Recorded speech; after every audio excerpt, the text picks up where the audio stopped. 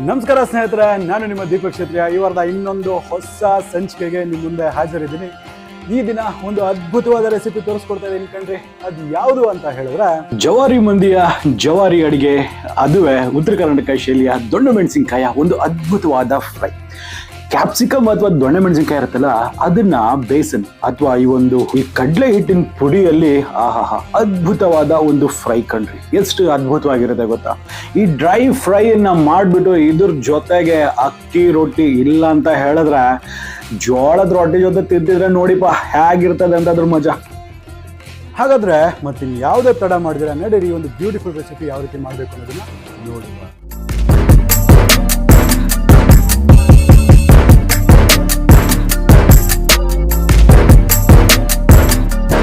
ನೋಡಿ ಸ್ನೇಹಿತರೆ, ಈಗ ಇದಕ್ಕೆ ನಾನು ಸುಮಾರು 1 ಕಪ್ ಅಷ್ಟು ಕ್ಯಾಪ್ಸಿಕಮ್, 1 ಕಪ್ ಅಷ್ಟು ಬೇಸನ್, ಹಾಗೆ ಈರುಳ್ಳಿ, ಸ್ವಲ್ಪ ಡ್ರೈ ಕೋಕೋನಟ್, ಬೆಳ್ಳುಳ್ಳಿ ಒಂದು ಹೋಲ್ ಪಾಟ್, ಮತ್ತೆ ಜೀರಿಗೆ ಮತ್ತೆ ಸಾಸಿವೆ, ಕೊತ್ತಂಬರಿ ಸೊಪ್ಪು ಸಣ್ಣದಾಗಿ ಹಚ್ಚಿರ್ತಕ್ಕಂಥದ್ದು, ಮತ್ತೆ 1 ಟೀ ಸ್ಪೂನ್ ಅಷ್ಟು ಅಚ್ಕಾರದ ಪುಡಿ, ಅರಿಶಿನ, ರುಚಿಗೆ ತಕ್ಕಷ್ಟು ಉಪ್ಪು, ಮತ್ತೆ ಒಂದೇ ಒಂದು ಕರಿಬೇವಿನ ಸೊಪ್ಪಿನ ಎಸಳು. ಸೊ ಇಷ್ಟು ಸಾಮಗ್ರಿಗಳಿದ್ರೆ ಈ ಒಂದು ಪಲ್ಯ ಅಥವಾ ಇದನ್ನ ಮಾಡ್ಬಿಡ್ಬೋದು. ಸೊ ಈಗ ಇದಕ್ಕೊಂದು ಸ್ಪೆಷಲ್ ಮಸಾಲೆ ಇರುತ್ತೆ, ಸೀಕ್ರೆಟ್ ಮಸಾಲೆ ಯಾವ ರೀತಿ ಮಾಡಬೇಕು ಅಂತ ಹೇಳ್ಕೊಡ್ತೀನಿ. ಸೊ ಇದಕ್ಕೆ ಮೊದಲದಾಗಿ ಕುಟಾಣಿಯನ್ನ ಕುಟಾಣಿನೇ ತಗೊಳ್ಳಿ, ಮಿಕ್ಸಿ ತಗೋಬೇಡಿ. ಸೊ ಇದಕ್ಕೆ ಸ್ವಲ್ಪ ಬಿಡಿಸಿರ್ತಕ್ಕಂಥ ಬೆಳ್ಳುಳ್ಳಿ ಹೆಸರು, ಒಂದು ದಪ್ಪ ಇರ್ತಕ್ಕಂಥ ಒಂದು ಗಡ್ಡೆನ ಹಾಕೊಂಡ್ಬಿಟ್ಟು ಕಂಪ್ಲೀಟ್ ಒಂದು ಹೆಸಳನ್ನ ಕಂಪ್ಲೀಟ್ ಸಿಪ್ಪೆನ ಸುಳಿದ್ಬಿಟ್ಟು ಹಾಕೋಣ. ಇದಕ್ಕೆ ಒಂದು 1/4 ಟೀ ಸ್ಪೂನ್ ಅಷ್ಟು ಜೀರಿಗೆ, ಮತ್ತೆ ಒಣ ಕೊಬ್ಬರಿ ಏನಿರುತ್ತೆ, ಒಣ ಕೊಬ್ಬರಿ ಈ ರೀತಿ ಕಟ್ ಮಾಡ್ಕೊಂಡಿದ್ದೀನಿ ನಾನು. ಈ ಕೊಬ್ಬರಿಯನ್ನ ನಾನು ಹಾಕೊಳ್ತೇನೆ. ಸೊ ಈಗ ಇದನ್ನೆಲ್ಲ ಚಂದ ಕಚಾಬಚಾವಾಗಿ ಕ್ರಶ್ ಮಾಡ್ಕೋಬೇಕಾಗತ್ತೆ. ನೋಡ್ತಿದ್ದೀರಲ್ಲ, ಸುಮಾರು ಇದನ್ನ ಕ್ಲೀನ್ ಆಗಿ ರೀತಿ ಕ್ರಶ್ ಮಾಡಿದಾಗ ಈ ರೀತಿ ಫುಲ್ ಕೋರ್ಸ್ ಆಗಿರಬೇಕು, ಜಾಸ್ತಿ ನೈಸ್ ಆಗಿರಬಾರ್ದು. ಈ ರೀತಿ ಪ್ರತಿಯೊಂದು ಒಂದಕ್ಕೊಂದು ಹೊಂದ್ಕೊಂಡಿರ್ಬೇಕು, ಸ್ವಲ್ಪ ಕ್ರಶ್ಡ್ ಆಗಿರ್ಬೇಕು. ಈ ರೀತಿ ಆದ್ರೆ ಪರ್ಫೆಕ್ಟ್ ಆಗಿ ಇದನ್ನ ಪಕ್ಕಕ್ಕೆ ಇಟ್ಕೊಳ್ತೇನೆ. ಸೊ ನೋಡಿದ್ದೀರಲ್ಲ, ನಾನಿಲ್ಲಿ ಒಂದು ರೆಡ್ ಬೆಲ್ ಪೆಪರ್ಸ್ ಅನ್ನು ತೊಗೊಂಡಿದ್ದೀನಿ. ಸೊ ಇದು ಕ್ಯಾಪ್ಸಿಕಮ್ ಇರುತ್ತೆ, ನೀವು ದೊಡ್ಡ ಸಣ್ಣದು ನಾಟಿ ದೊಣ್ಣೆ ಮೆಣಸಿನಕಾಯಿ ಸಿಕ್ಕರೆ ಅದು ಇನ್ನೂ ಅದ್ಭುತವಾಗಿರುತ್ತೆ. ಸೊ ನನ್ನ ಹತ್ರ ರೆಡ್ ವರ್ಷನ್ ಅಲ್ಲಿ ಕ್ಯಾಪ್ಸಿಕಮ್ ಇತ್ತು, ಸೊ ಅದ್ರಲ್ಲಿ ನಾನು ಮಾಡ್ತಾ ಇದ್ದೀನಿ. ಇದು ಸಹ ತುಂಬಾ ಚೆನ್ನಾಗಿರುತ್ತೆ. ನಿಮ್ಮ ಹತ್ರ ಯಾವುದೇ ಇದ್ದು ಸಹ ನೀವು ಮಾಡ್ಕೊಳ್ಳಿ. 1 ಇಂಚ್ ಕ್ಯೂಬ್ಸ್ ಅಲ್ಲಿ ಇದನ್ನ ಕಟ್ ಮಾಡ್ಕೊಂಡು ನಾನು ಪಕ್ಕಕ್ಕೆ ಇಟ್ಕೊಳ್ತೇನೆ. ಈಗ ಸೊ ನೀವು ಇದೆಲ್ಲ ಅಂತ ಹೇಳಿದ್ರೆ ಗ್ರೀನಲ್ಲೂ ಸಹ ಮಾಡ್ಬೋದು. ಸೊ ಅದೇ ರೀತಿ ನಾನು ಒಂದು ಈರುಳ್ಳಿಯನ್ನು ಈ ರೀತಿ ಮೀಡಿಯಮ್ ಆಗಿ ಕಟ್ ಮಾಡ್ಕೊಂಡು ಇಟ್ಕೊಂಡಿದ್ದೀನಿ. ಸೊ ಈಗ ಒಂದು ದಪ್ಪ ತಳದ ಬಾಣಲೆಯನ್ನು ತಗೊಂಡು ಇದರಲ್ಲಿ ಒಂದು 2 ರಿಂದ 3 ಟೇಬಲ್ ಸ್ಪೂನ್ ಎಣ್ಣೆ ಬೇಕು. ನಾನು ಈಗಲೇ ಹೇಳ್ತೀನಿ, ಇದಕ್ಕೆ ಸ್ವಲ್ಪ ಎಣ್ಣೆ ಜಾಸ್ತಿ ಬೇಕಾಗುತ್ತೆ. ಸೊ ಎಣ್ಣೆ ಚಂದ ಬಿಸಿ ಆದ ನಂತರ ಇದರಲ್ಲಿ ಜೀರಿಗೆ ಮತ್ತು ಸಾಸಿವೆನ ಹಾಕ್ಬಿಟ್ಟು, ಜೀರಿಗೆ ಮತ್ತು ಸಾಸಿವೆಯಿಂದ ಚಿಟಪಟ ಅನ್ಬೇಕು ಅಲ್ಲಿವರೆಗೂ ಇದನ್ನು ಸಾಟೆ ಮಾಡಬೇಕಾಗತ್ತೆ. ಇದಾಗಿದ ತಕ್ಷಣ ಇದರಲ್ಲಿ ಸ್ವಲ್ಪ ಕರಿಬೇವಿನ ಸೊಪ್ಪು ಮತ್ತೆ ಈರುಳ್ಳಿ ಏನು ನಾವು ರಫ್ಲಿ ಚಾಪ್ ಮಾಡಿದ್ವಲ್ಲ, ಈ ಈರುಳ್ಳಿಯನ್ನೆಲ್ಲ ಹಾಕ್ಬಿಟ್ಟು, ಈಗ ಈ ಈರುಳ್ಳಿ ಅಂತಕ್ಕಂಥದ್ದೇನಿದೆ ಇದರಲ್ಲಿ ಸ್ವಲ್ಪ ಉಪ್ಪನ್ನ ಹಾಕ್ತೀನಿ. ಯಾಕಂದ್ರೆ ಸ್ವಲ್ಪ ಫ್ರೈ ಆಗ್ಲಿಕ್ಕೆ ಈಸಿ ಆಗುತ್ತೆ ಅನ್ನೋ ಒಂದು ಕಾರಣಕ್ಕಾಗಿ.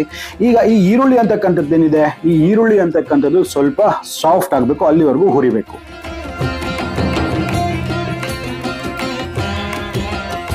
ನೋಡ್ತಿದ್ರಲ್ಲ, ಈರುಳ್ಳಿ ಎಲ್ಲ ಈ ಮಟ್ಟಕ್ಕೆ ಫ್ರೈ ಆಗಿದೆ. ಸ್ವಲ್ಪ ಸಾಫ್ಟ್ ಆಗಿ ಪಿಂಕಿಶ್ ಕಲರ್ ಬಂದ್ರೆ ಸಾಕು. This is perfect. ಸೊ ಈ ಸಂದರ್ಭದಲ್ಲಿ ನಾವೇನ್ ಮಾಡ್ಬೇಕಾಗತ್ತೆ, ಇಷ್ಟು ಮಾತ್ರ ಈರುಳ್ಳಿ ಆಗಿರುತ್ತಲ್ಲ, ಈಗ ತಕ್ಷಣಕ್ಕೆ ನಾವು ಕ್ಯಾಪ್ಸಿಕಮ್ ಅಂತ ಈ ದೊಣ್ಣೆ ಮೆಣಸಿನಕಾಯಿ ಏನಿರುತ್ತೆ ಕಟ್ ಮಾಡಿರ್ತಕ್ಕಂಥ ಇದನ್ನೆಲ್ಲ ಹಾಕಿ, ಜೊತೆಗೆ ಅರಿಶಿನ ಮತ್ತೆ ಮಿಕ್ಕಿರ್ತಕ್ಕಂಥ ಪ್ರತಿಯೊಂದು ಉಪ್ಪು, ಯಾಕಂದ್ರೆ ನೀರಿನ ಅಂಶ ಹೊರಗೆ ತೆಗಿಲಿಕ್ಕೆ ತುಂಬಾ ಹೆಲ್ಪ್ ಆಗುತ್ತೆ ಉಪ್ಪು ಅಂತಕ್ಕಂಥದ್ದು. ಸೊ ಹಾಗಾಗಿ ಇದನ್ನು ಸಹ ಅಷ್ಟೇ 5 ನಿಮಿಷಗಳ ಕಾಲ ಮೀಡಿಯಂ ಟು ಹೈ ಫ್ಲೇಮ್ ಅಲ್ಲಿ ಇದನ್ನ ಕ್ಲೀನ್ ಆಗಿ ನಾವು ಮಿಕ್ಸ್ ಮಾಡ್ತಾ ಇದನ್ನ ಸೌತೆ ಮಾಡಬೇಕಾಗುತ್ತೆ.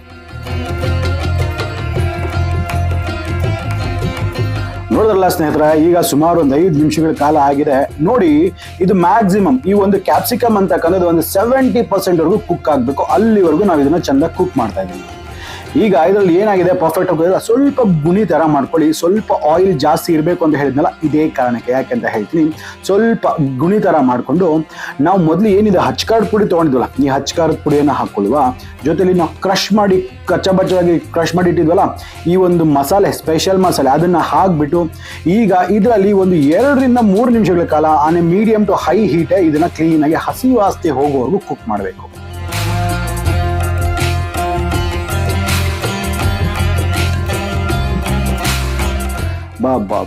ಮನೆ ಎಲ್ಲ ವಾಸನೆ ಘಮ ಘಮ ಅಂತ ಬರ್ತಾ ಇರುತ್ತೆ. ಬೆಳ್ಳುಳ್ಳಿ ವಾಸನೆ ಇರುತ್ತಲ್ಲ, ಏನು ಅದ್ಭುತವಾಗಿರುತ್ತೆ ಗೊತ್ತಾ? ನೋಡ್ತಾ ಇದ್ರೆ ನಿಮ್ಗೆ ಗೊತ್ತಾಗ್ತದೆ ಎಷ್ಟು ಪರ್ಫೆಕ್ಟ್ ಆಗಿ ಬರ್ತಾ ಇದೆ ಅಂದ್ಬಿಟ್ಟು.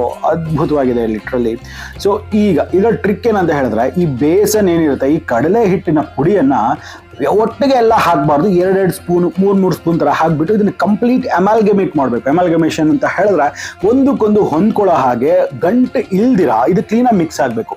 ಸೊ ಅದೆಲ್ಲ ಕ್ಲೀನಾಗಿ ಮಿಕ್ಸ್ ಆದ ನಂತರ ಈ ಥರ ಒಂದು ಪುಡಿಯನ್ನು ಹಾಕೊಳ್ತಾ ಹೋಗಿ. ಇದರ ಕ್ವಾಂಟಿಟಿ ಎಷ್ಟು ಅಂತ ಹೇಳಿದ್ರೆ ನೀವು ಕ್ಯಾಪ್ಸಿಕಮ್ ಎಷ್ಟು ತೊಗೊಂಡಿರ್ತೀರೋ ಅಷ್ಟೇ ಪ್ರಮಾಣದ ನಿಮಗೆ ಈ ಒಂದು ಕಡಲೆ ಹಿಟ್ಟು ತಾಗುತ್ತೆ. ಸೊ ನೆನಪಿಟ್ಕೋಬೇಕಾಗಿರೋದು ಏನಂತ ಹೇಳಿದ್ರೆ ಅಟ್ ಎ ಟೈಮ್ ಹಾಕಬೇಡಿ. ಈ ರೀತಿ ನಾನು ತೋರಿಸಿದ್ದೀನಲ್ಲ, ಒಂದು ಸ್ವಲ್ಪ ತಾದ ನಂತರ ಸ್ವಲ್ಪ ಹಾಕೊಂಡು ಮಿಕ್ಸ್ ಮಾಡ್ಕೊಳ್ತಾರೆ. ಇದೆಲ್ಲ ಮಾಡ್ಬೇಕಂತ ಹೇಳಿದ್ರೆ ನಿಮಗೆ ಲೋ ಟು ಮೀಡಿಯಂ ಫ್ಲೇಮಲ್ಲೇ ನೀವು ಇದನ್ನು ಮಾಡಬೇಕು. ಈ ಕಂಪ್ಲೀಟ್ ಪ್ರೋಸೆಸ್ ಆಗಲಿಕ್ಕೆ ನಿಮಗೆ ಸುಮಾರು ಒಂದು 2 ನಿಮಿಷದಿಂದ 3 ನಿಮಿಷವರೆಗೂ ಅದ್ರ ಬೇಕಾಗುತ್ತೆ. ನೋಡ್ತಿದ್ರಲ್ಲ ಎಷ್ಟು ಪರ್ಫೆಕ್ಟ್ ಆಗಿದೆ ಅಂದ್ಬಿಟ್ಟು. ಇದೇ ಕಾರಣಕ್ಕೆ ಸ್ವಲ್ಪ ಎಣ್ಣೆ ಜಾಸ್ತಿ ಅಂತ ಹೇಳಿದ್ ನಾನು. ಯಾಕಂತ ಹೇಳಿದ್ರೆ ಇವಾಗ ನೋಡಿ ಎಣ್ಣೆ ನಿಮ್ಗೆ ಕೆಳಗಡೆ ಎಲ್ಲ ತಳ ಹಿಡಿತದೆ ಅಂತ ಹೇಳಿದ್ರೆ ಒಂದು ಸ್ವಲ್ಪ ಕುಕ್ ಆಗಬೇಕಲ್ಲ. ಸೊ ಹಾಗಾಗಿ ಒಂದು ಸ್ವಲ್ಪ ನೀರನ್ನ ಈ ಥರ ಚಿಮುಕ್ಸ್ಕೊಂಡು ಸ್ಪ್ರಿಂಕಲ್ ಮಾಡಿಕೊಂಡು ನೀವು ಇದನ್ನ ಮಿಕ್ಸ್ ಮಾಡ್ಕೊಳ್ತಾರೆ.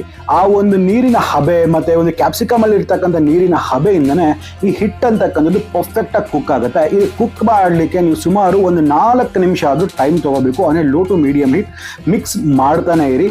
ಆಗಲೇ ಅದರದ್ದು ಒಳ್ಳೆ ಫ್ಲೇವರ್ ಅಂತಕ್ಕಂಥದ್ದು ಆಪ್ಟಿಮಮ್ ಆಗಿ ರಿಲೀಸ್ ಆಗ್ತಕ್ಕಂಥದ್ದು. ನೋಡಿ ಈಗೆಲ್ಲ ಕೊನೆ ಸ್ಟೇಜಸ್ಸು. ಈಗ ಕೊತ್ತಂಬರಿ ಸೊಪ್ಪನ್ನು ಹಾಕ್ಬಿಟ್ಟು ಒಮ್ಮೆ ಹೈ ಫ್ಲೇಮಲ್ಲಿ ಒಂದ್ಸತಿ ಟಾಸ್ ಮಾಡಿಬಿಡಿ.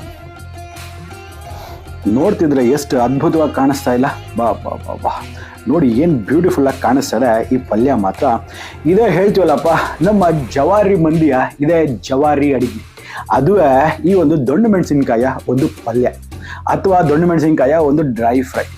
ನಾನು ಉತ್ತರ ಕರ್ನಾಟಕಕ್ಕೆ ಹೋದಾಗ ಒಂದ್ಸತಿ ಖಾನಾವಳಿಲಿ ಇದನ್ನು ಟೇಸ್ಟ್ ಮಾಡಿದ್ದೆ. ಬಾ ಏನು ಅದ್ಭುತವಾಗಿತ್ತು ಗೊತ್ತಾ? ಜೋಳದ ರೊಟ್ಟಿ ಜೊತೆ ಇದನ್ನು ಕೊಟ್ಟರು ಸ್ವಲ್ಪ ನಂಚ್ಕೊಳ್ಳೋದಕ್ಕೆ ಕಳೆದು ಹೋಗ್ಬಿಟ್ಟೆ, ಅಷ್ಟು ಅದ್ಭುತವಾಗಿತ್ತು. ತಕ್ಷಣ ಅವ್ರ ಹತ್ರ ಹೋಗಿ ಕೇಳ್ಕೊಂಡು ಈ ರೆಸಿಪಿ ಯಾವ ರೀತಿ ಮಾಡಬೇಕು ಅಂದ್ಬಿಟ್ಟು ತುಂಬ ಸಿಂಪಲ್ ಆಗಿತ್ತು. ಅಂದರೆ ಯಾವಾಗ ಶೇರ್ ಮಾಡ್ತೀನೋ ಅನ್ನಿಸ್ತಾ ಇತ್ತು. ಸೊ ಸುಲಭವಾದ ರೆಸಿಪಿ ಖಂಡಿತ ಒಮ್ಮೆ ಮನೇಲಿ ಟ್ರೈ ಮಾಡಿ ನೋಡಿ ಯಾವ ರೀತಿ ಆಗಿದೆ ಅಂದ್ಬಿಟ್ಟು ನಾನು ತಿಳಿಸೋದನ್ನ ಮರಿಬೇಡಿ.